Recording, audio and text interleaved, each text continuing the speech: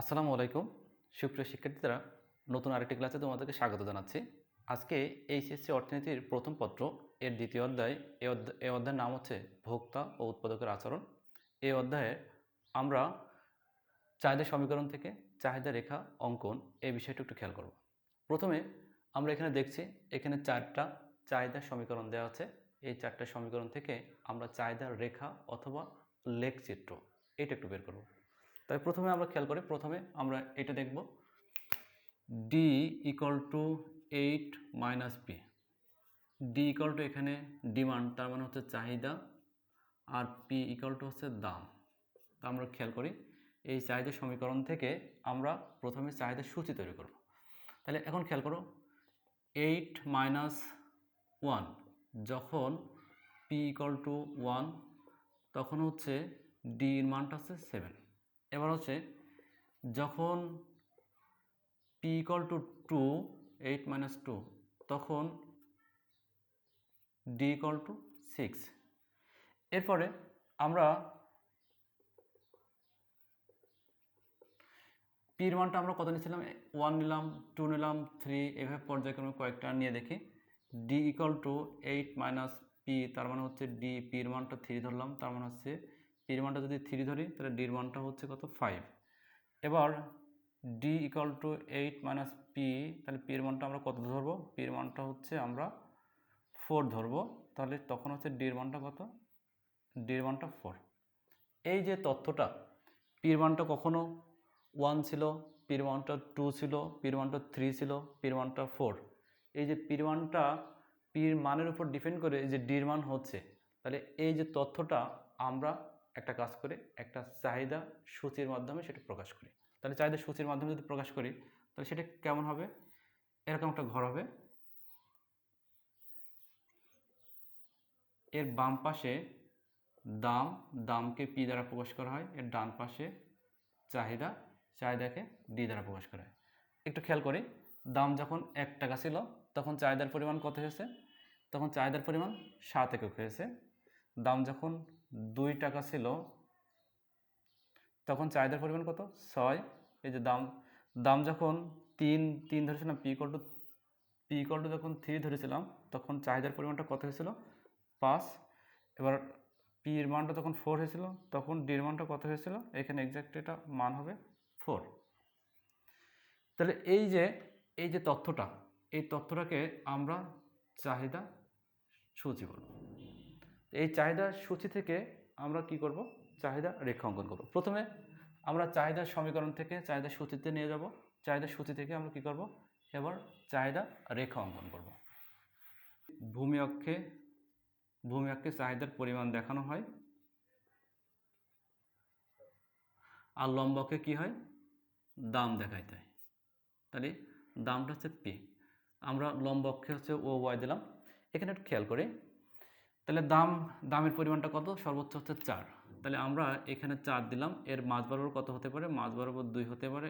এই মাঝ বরাবর কত হচ্ছে 1, এর মাঝ বরাবর কত হচ্ছে 3 হতে পারে। একটু খেয়াল করি, এটা হচ্ছে যে অনুমান ভিত্তিক আমি দিয়েছি। এখান থেকে এতটুকু যদি 1 হয়, এখান থেকে এইটুক 2, এখান থেকে এইটুক 3, এইটুক 4, এটা অনুমান ভিত্তিক, এটা মেজারমেন্ট করে আমরা দিয়েছি। এরপর একটু খেয়াল করি, চাহিদার পরিমাণ এখানে সর্বোচ্চ কত আছে, চাহিদার পরিমাণ সর্বোচ্চ আছে 7। তাহলে 7-এ আমরা একটু খেয়াল করি, এখানে যদি 6 দিই, এর মাঝ বরাবর কত হচ্ছে, 3 হচ্ছে। আচ্ছা, এখান থেকে 1, 2, এটা 1 কয়েকটা খণ্ড, এখানে হচ্ছে যে 3, 4, তাহলে 4, 5, 6, এখানে 7। আশা করি বিষয়টা বুঝছো। তার মানে এখান থেকে এতটুকু যদি 1 হয়, এখান থেকে ঠিক মেজারমেন্টটা একটু অনুমান নির্ভর করে আমরা দিয়েছি। এটা হচ্ছে গ্রাফ পেপারে করলে সব থেকে ভালো হয়, একদম অ্যাকুরেট রেজাল্টটা দেয়। আচ্ছা, এবার একটু খেয়াল করি, দাম যখন 1 টাকা তখন চাহিদার পরিমাণ কত, 7 একক। দামটাও কোন অক্ষে, লম্ব অক্ষে, দাম যখন 1 টাকা চাহিদার পরিমাণ কত একক, 7 একক। এই যে 1 টাকা এবং 7 এককের সমন্বয়ে প্রাপ্ত বিন্দু হচ্ছে কি, এ বিন্দু পেলাম। দাম যখন কত হয়েছে, 2 টাকা তখন চাহিদার পরিমাণ কত হয়েছে, চাহিদার পরিমাণ 6। দাম যখন 2, চাহিদার পরিমাণ কত, 6, সমন্বয় কি বিন্দু পেয়েছি, বি বিন্দু পেয়েছি। দাম যখন 3 টাকা তখন চাহিদার পরিমাণ কত পেয়েছি আমরা, 5 পেয়েছি, সমন্বয় বিন্দু কত আছে যে সি, দাম যখন 4 তখন চাহিদার পরিমাণ কত একক হয়েছে, 4 একক হয়েছে। প্রাপ্ত বিন্দু কত হচ্ছে ডি। এই যে বিন্দুগুলো যদি যোগ করি, এই যোগ করলে যে রেখাটা পাচ্ছি এই রেখাটার নাম হচ্ছে কি রেখা, চাহিদা রেখা। আচ্ছা, এইভাবে আমরা এই যে 1 নম্বরটা দেখলাম, এভাবে আমরা 2, 3, 4 এটা করতে পারবো না, আমরা আরেকটা দেখাবো, এর বাদ বাকিটা তোমরা করে নেবা। একটু খেয়াল করি, নাম্বার 2,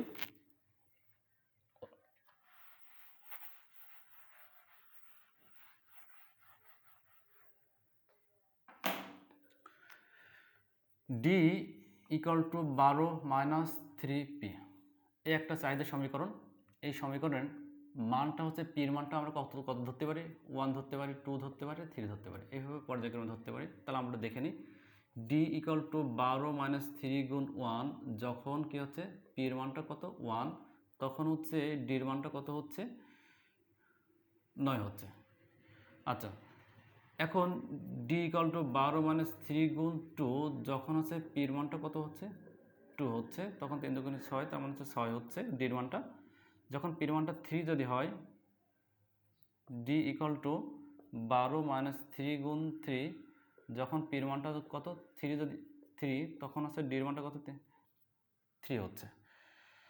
তাহলে আমরা একটু খেয়াল করি, পির মানটা যখন 1 ছিল তখন ডি এর মানটা 9, পির মানটা যখন 2 হয়েছে তখন ডি এর মানটা 6, পির মানটা যখন 3 তখন ডি এর মানটাও 3 হয়েছে। এই যে তথ্য, তার মানে দাম বৃদ্ধির সাথে সাথে চাহিদার পরিমাণটা কমে যাওয়া, এই তথ্যটা আমরা চাহিদা সূচির মাধ্যমে আবার একটু প্রকাশ করে দেখি যে ব্যাপারটা আসলে কেমন হতে পারে। একটু খেয়াল করি, এই যে চাহিদা সূচি তথ্যটা আমরা কি করেছিলাম, এর বাম পাশে দাম দেখানো হয়েছে, দামটাকে পি দ্বারা প্রকাশ করা হয়, আর ডান পাশে চাহিদা একে ডি দ্বারা প্রকাশ করা হচ্ছে। দাম যখন 1 টাকা 2 টাকা 3 টাকা, তখন চাহিদার পরিমাণ কত, চাহিদার পরিমাণ দাম যখন 1 টাকা ছিল তখন চাহিদার পরিমাণ 9 একক, দাম যখন 2 টাকা তখন চাহিদার পরিমাণ কত 6 একক, দাম যখন 3 টাকা তখন চাহিদার পরিমাণ কত 3 একক। এই যে তথ্যটা কি, এটা হচ্ছে চাহিদা সূচি। চাহিদা সূচির এই তথ্যটা আমরা কি করব, এখন আমরা চাহিদা রেখার মাধ্যমে প্রকাশ করব।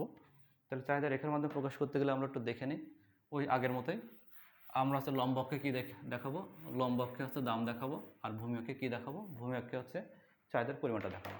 তাহলে ঠিক আছে, আমরা যাই। এই যে এর অক্ষ কয়টা, দুটো অক্ষ, ও এক্স অক্ষ, ও ওয়াই অক্ষ। ও এক্স অক্ষ হচ্ছে ভূমি অক্ষ, আর ও ওয়াই অক্ষ হচ্ছে লম্ব অক্ষ।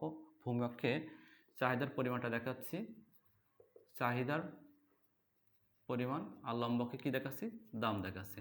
দামকে পি দ্বারা প্রকাশ করা হয়, আর চাহিদাকে ডি দ্বারা প্রকাশ করা হয়, ডি দ্বারা অথবা কিউডি দুটোর একটা দিলেই হবে। চাহিদার পরিমাণটা আছে যে কিউডি দ্বারা প্রকাশ করা হচ্ছে। এবার একটু আমরা খেয়াল করি, এখানে দামের পরিমাণটা কত, সর্বোচ্চ আছে 3, তাহলে আমরা এখানে সর্বোচ্চ 3 দেবো। এটাকে 2টা ভাগ করে অনুমান নির্ভরটা করে নিলাম, 1 2 3। এবার কি করব, আমরা সর্বোচ্চ আছে কত 9, তাহলে এখানে কি করব 9 দিলাম। তাহলে এখানে একটু দেখি, তাহলে 9 এটা 2 ভাগ করলে 3 6, এটা আছে আমরা অনুমান নির্ভর করে নিচ্ছি, আমি আগেই বলেছি। এখন যে কাজটা করব, এই যে একটা সমন্বয় করে নেব, দাম যখন 1 টাকা তখন চাহিদার পরিমাণ কত 9 একক, প্রাপ্ত বিন্দু কত এ।